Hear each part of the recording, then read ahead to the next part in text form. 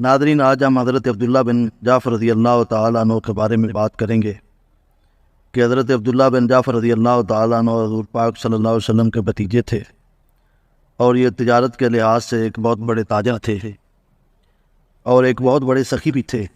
تو ان کا ایک غلام تھا، ان کی بھی سخاوت مشہور ہے۔ تو ہم آپ کو بتائیں گے کہ دونوں میں بڑا سخی کون ہے۔ اس سے پہلے ہماری ریکویسٹ ہے کہ آپ ہمارے چینل کو سبسکرائب کر لیں، ویڈیو کو لائک کر لیں، تاکہ اس طرح کے مزید اچھی ویڈیو آپ کو ملتی رہے۔ اب چلتے ہیں اپنے ٹاپک کی طرف۔ حضرت عبداللہ رضی اللہ تعالی عنہ حضور پاک صلی اللہ علیہ وسلم کے چچا بھائی حضرت جعفر بن ابی طالب رضی اللہ تعالی عنہ کے بیٹے تھے۔ ہجرت کے 8ویں سال موتا کی لڑائی میں حضرت جعفر شہید ہو گئے تو حضرت عبداللہ کی عمر 9-10 برس کی تھی۔ حضور پاک صلی اللہ علیہ وسلم کو اپنے اس یتیم بھتیجے سے بہت محبت تھی، آپ ان کا بہت خیال رکھتے تھے۔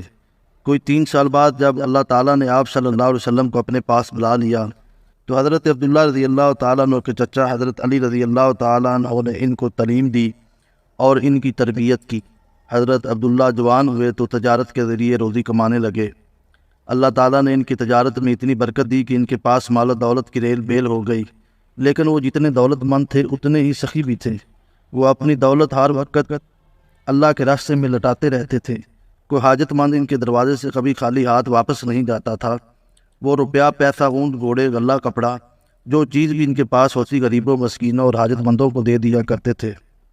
ان کی اس دریا دلی کی وجہ سے لوگ ان کو سخاوت کا سمندر کہا کرتے تھے۔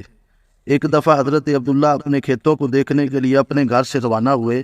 یہ کھیت ان کے گھر سے بہت دور تھے۔ راستے میں وہ ایک باغ کے قریب سواری سے اترے تاکہ کچھ دیر آرام کر لیں۔ وہاں انہوں نے ایک حبشی غلام دیکھا جو اس باغ کی رکھوالی کر رہا تھا۔ باغ کے مالک نے غلام کے لیے کھانا بھیجا جس میں 3 روٹیاں تھیں۔ اتنے میں ایک کتا آیا، غلام کے قریب آ کے بیٹھ گیا۔ غلام نے ایک روٹی اس کے سامنے پھینک دی۔ کتا یہ روٹی کھا کر پھر غلام کی طرف دیکھنے لگا۔ غلام نے دوسری روٹی بھی اس کے سامنے پھینک دی۔ کتا یہ بھی روٹی کھا کر غلام کی طرف دیکھنے لگا۔ اس نے تیسری روٹی بھی اس کے سامنے پھینک دی۔ حضرت عبداللہ رضی اللہ تعالیٰ عنہ یہ ماجرا دیکھ رہے تھے۔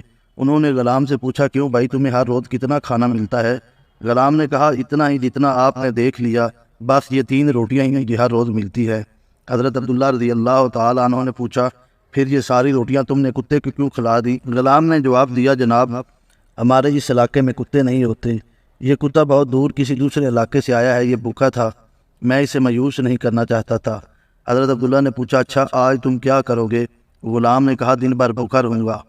حضرت عبداللہ رضی اللہ تعالیٰ عنہ دل میں کہا کہ بعض دفعہ مجھ سے کہا جاتا ہے کہ تم حد سے زیادہ سخاوت کیوں کرتے ہو، لیکن میری نظر میں سخی تو یہ شخص ہے۔ پھر انہوں نے کھجوروں کا یہ باغ غلام سمیت اس کے مالک سے خرید لیا۔ غلام کو آزاد کر کے باغ میں موجود تمام سامان اس کو دے دیا۔ غلام نے کہا، اگر یہ سب کچھ میرا ہے تو میں اللہ کی راہ میں دیتا ہوں۔ حضرت عبداللہ رضی اللہ تعالیٰ عنہ اس غریب شخص کی دریا دلی دیکھ کر حیران ہو گئے اور فرمایا، اگر کوئی سخی کہلانے کا حقدار ہے تو یہ ہے، میری سخاوت تو اس کی سخاوت کے مقابلے میں کچھ بھی نہیں۔ ان کے کہنے کا یہ مطلب تھا کہ میں سخاوت کرتا ہوں لیکن گھر میں جھاڑو نہیں پھیر دیتا، مگر اس غریب آدمی نے اپنا سب کچھ اللہ کی راہ میں دے دیا، اپنے پاس کچھ بھی نہیں رکھا۔